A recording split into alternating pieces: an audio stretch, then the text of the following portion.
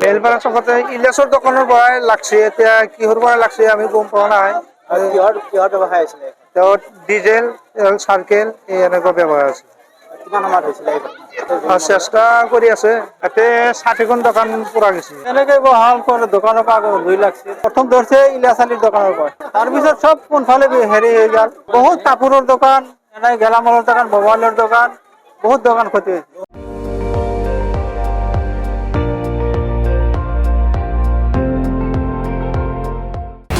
আপুনি চাই আছে ND24, সৰ্বশ্ৰেষ্ঠ নহয় সৰ্বোত্তমৰ দৌৰত।